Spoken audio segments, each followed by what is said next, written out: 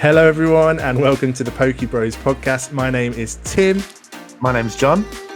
And together, I guess, we're the PokeBros. That's a new name that we've just come up with for this podcast. But we're excited to be doing this. This is episode 1. You are here for the first ever episode of this PokeBros podcast. And we are both, well, for me, I'm definitely fairly new to this Pokemon collection game. John, you've been doing it for a lot longer than me. But it's been something that I suppose has been sparked by a lot more by family business that we set up recently, which we'll tell you about a bit more later on. But in the process of kind of, relighting the fire of Pokemon trading card game, we thought it would be cool to make a podcast about our journey and what we're learning along the way. And yeah, that's the point of this, really. So, John, why are we doing this? Well, like Tim said, I've been collecting cards really for quite a long time. Started off with Yu-Gi-Oh! And more into Pokemon more recently. But since Tim's come on, it's been nice to have him collecting with me. And we've really been trying to go more hardcore and like on this, get stuff graded, have sealed collections. And we've actually found it really difficult. We live in the UK especially to look into things like this. Good trading tips, how to get stuff graded. Loads of things which for a beginner collector and even people who are maybe a bit more experienced in collecting, which they struggle with quite a lot. I remember I've always been a collecting fan ever since I was a kid. I remember my first ever experience of trading cards was with Yu-Gi-Oh cards. And I just remember going into Argos down by where we live, buying a Legend of Blue Eyes pack, which was the first pack which came out. And I remember opening my first pack. Oh, it was brilliant. It was just it was my childhood. So many amazing cards. I like watching box openings now of it. I remember opening my first pack, and in my first pack, right there was probably one of the rarest cards in the set, apart from maybe like Blue Eyes, was that Exodia the Forbidden one. I think it's popping up on the screen now. And I remember I was so excited. I'd seen it in the anime. I'd seen Yugi use it against Kaiba, and I was so excited. And what actually happened is I went into school the next day and showed all my friends this card. And one of my friends decided to trade me the Reaper of the cards, which isn't a great card, for this Exodia, and completely, I suppose he ripped me off. But hey, that is a rip-off. It is. Imagine having a first edition Legend of Blue Eyes Exodia now. You'd be in the money. You'd be in the money, bro.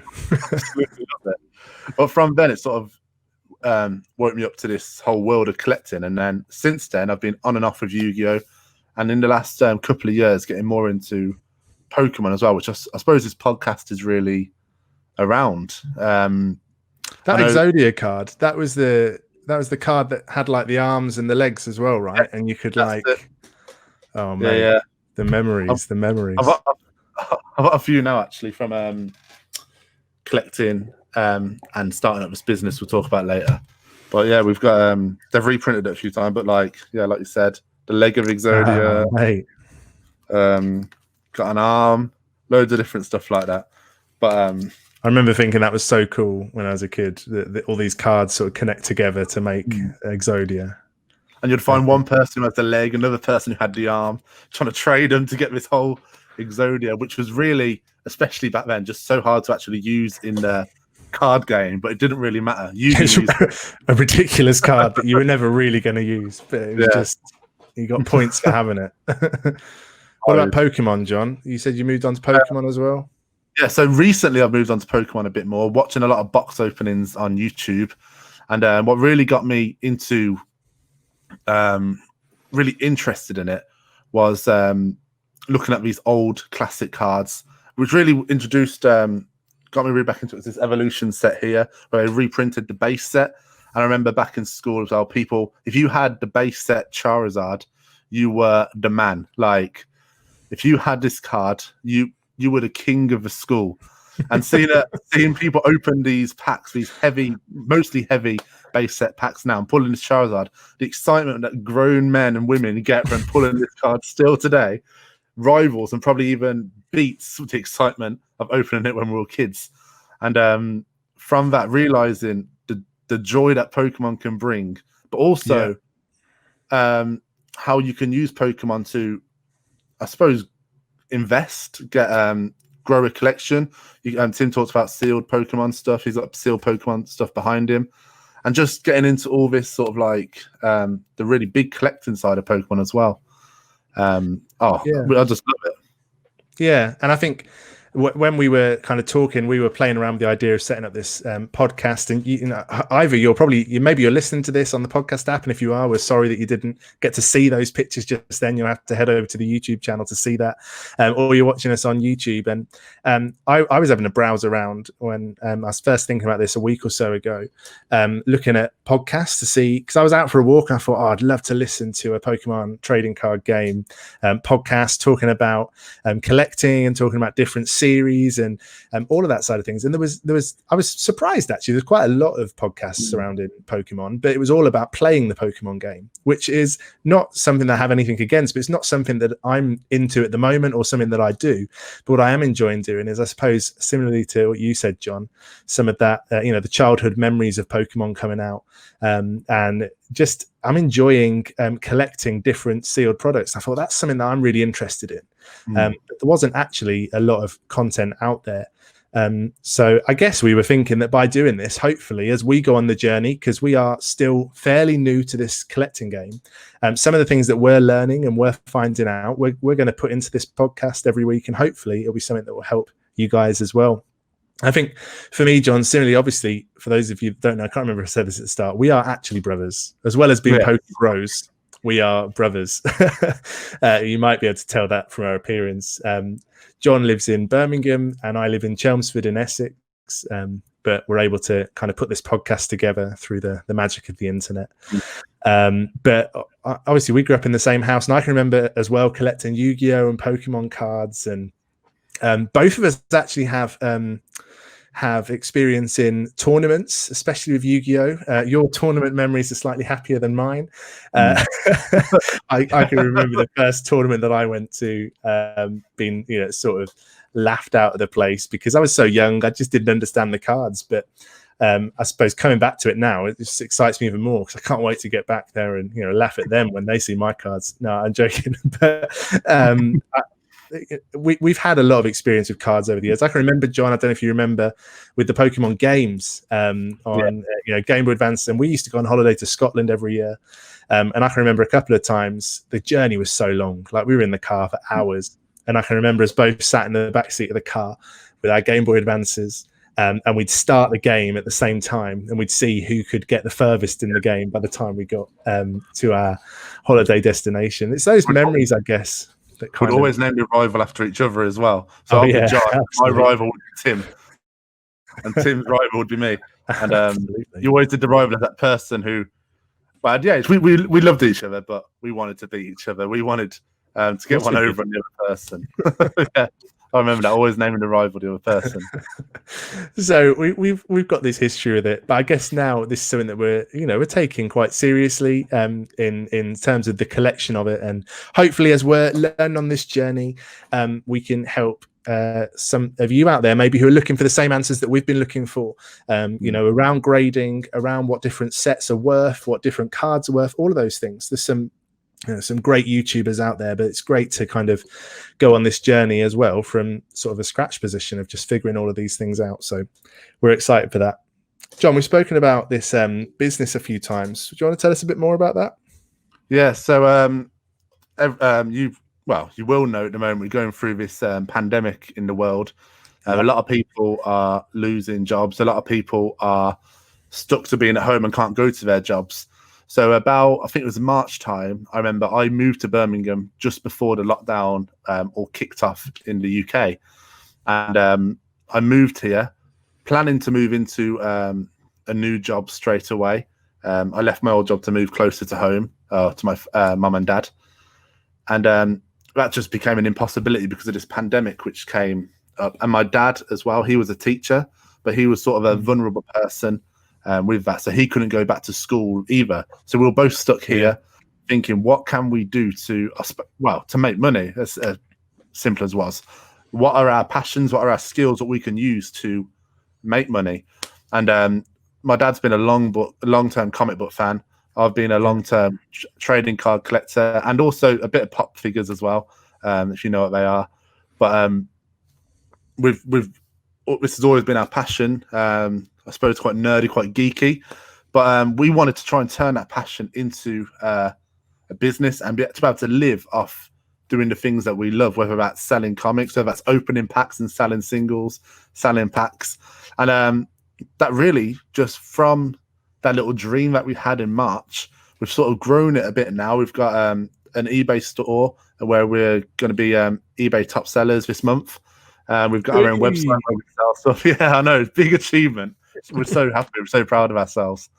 And we're just sort of going to be growing this out pretty much and try and do it for a full-time thing so we can have our passion and actually be able to live off it as well. Yeah. I think what's great is that it's something that's sort of been involving the whole family, hasn't it? So even for, me and my wife, Beck, we live here in Essex with our kids. We've been able to get involved and kind of, get on top of some of this stuff as well, which has been exciting. And, all of us have got our different strengths within that. So we've been enjoying learning. I just realized we haven't even said what it's called yet. Oh, yeah. There it is. Oh, that way. That way, yeah. Flip cameras. That is the Nerd King. So you can head over to thenerdkings.com and you can see lots of stuff there. We've got loads of cool Pokemon cards listed as well, Yu-Gi-Oh cards, comics, Funko Pops, loads of stuff. But like John said, that really was something that sort of got us, I suppose, kind of put this on full throttle, really, didn't it, John? It was, something that was sort of a side hobby before and something that's come into full focus a lot more. So. Yeah, I mean, make sure to go and check that out because we'd love you to see that. And I'm sure that as we go through this podcasting journey, there'll be lots of times where we share about different things that happen with the business as well, and all things surrounding that, really. Yeah. And I think the business is pretty much the reason why you started to get back into Pokemon as well, isn't it? In the last few months as well. I remember you coming down and in these last few weeks. And you seen we had some sealed products. You're like, oh, I might buy one of them. And as soon as you opened that first pack, you were in for good. You remembered the thrill of opening packs. You remember the thrill of pulling that card. It was while you were up that I opened one Hidden Fates tin from the Hidden Fates set and pulled the shiny Charizard, which is like so rare and so expensive. And I could remember seeing Tim's eyes light up when I showed him. It was like, once you brought that tin for how much, and then you get this card worth £500 ungraded, and I think that was really a catalyst in you. Absolutely. I'm going to do this. Absolutely. And I mean, John, between us, we've had quite a bit of Charizard luck lately. Anyway, I mean, I don't know whether people can see that card behind you. The Charizard there. That's another one. So that's the second Charizard in the space of a week. And I've got a Charizard behind me somewhere as well. Both of those from the Evolutions series. I think yours is a bit luckier though than my one. I opened the booster box to get this Charizard, and I've got two Charizards, two different versions. I really wanted to reverse Charizard from Evolutions, whereas Tim went to one of the shops, and do you know them Pokeballs you can get with 3 packs in? He got one of them with one Evolutions pack. One of these bad boys, little Pokeball thing. Oh, I'm not even on screen. one of these bad boys, these little Pokeballs. He opened it and he FaceTimed me to show me because he's in Chelmsford. And we just opened this Evolutions pack and we're joking. Oh, there's a Charmander there. We know what's coming up. And then suddenly this reprint of the base set Charizard comes up and we went absolutely mental. Oh, it was absolutely brilliant. One Evolutions pack and this shiny Charizard, which was great. So, guys, if you want to get some Charizards, just let us know, and we'll open some packs for you at a premium cost. But yeah, it is that elation, isn't it? And I'm sure that so many people listening and watching can relate to that. The elation when you first, open that pack of cards and you get something that you've been searching for, and we love that. And so in doing this sort of this sealed collection things, we are definitely not sort of giving up on opening packs and opening boosters. And in fact, John, one of the things that we're hoping to do in coming weeks is to open different booster boxes on the podcast. So yeah, that's going to be exciting. Like John said, the PSA grading journey, we're just both about to send off some submissions for PSA. So when we get those back, we'll be opening those live on the podcast as well. And we're excited for you to learn with us. Yeah. But that's pretty much it for this first one. We just wanted to do a bit of an introduction for the channel, show you what we're about, introduce you to us as well, because this will probably be for most of you the first time you even heard of the PokeBros.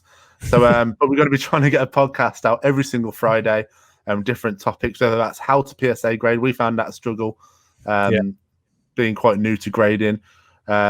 We could do stuff, look into different sets, new sets coming out, opening booster boxes, like Tim says. But every single Friday on our channel, we're going to be having a new podcast out for you, whether it's on YouTube, whether it's on the podcast app. Just go on there, subscribe, do all that good stuff so you can never miss an episode of these podcasts. And make sure to follow us on. Oh no, I'm pointing it the wrong way. Make sure to follow us on the socials as well. We've got Facebook, Twitter, and Instagram. We'll be sharing other things on there as well. And we would love you to, come on this journey with us. Yeah, definitely. So I believe that's it then. That's it for us this week. So until next Friday, and we shall see you then. Bye.